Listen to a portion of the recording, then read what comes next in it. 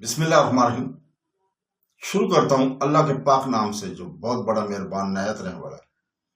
دوستوں، بہنوں، بھائیوں، بزرگوں، السلام علیکم ورحمۃ اللہ وبرکاتہ۔ ہم تاریخ اسلام میں اپنی سیرت جو ہم نے شروع کی ہوئی ہے اکبر بادشاہ تک، اس کی 94 نمبر قسط میں ہم آپ کو خوش آمدید کرتے ہیں۔ تو دوستو،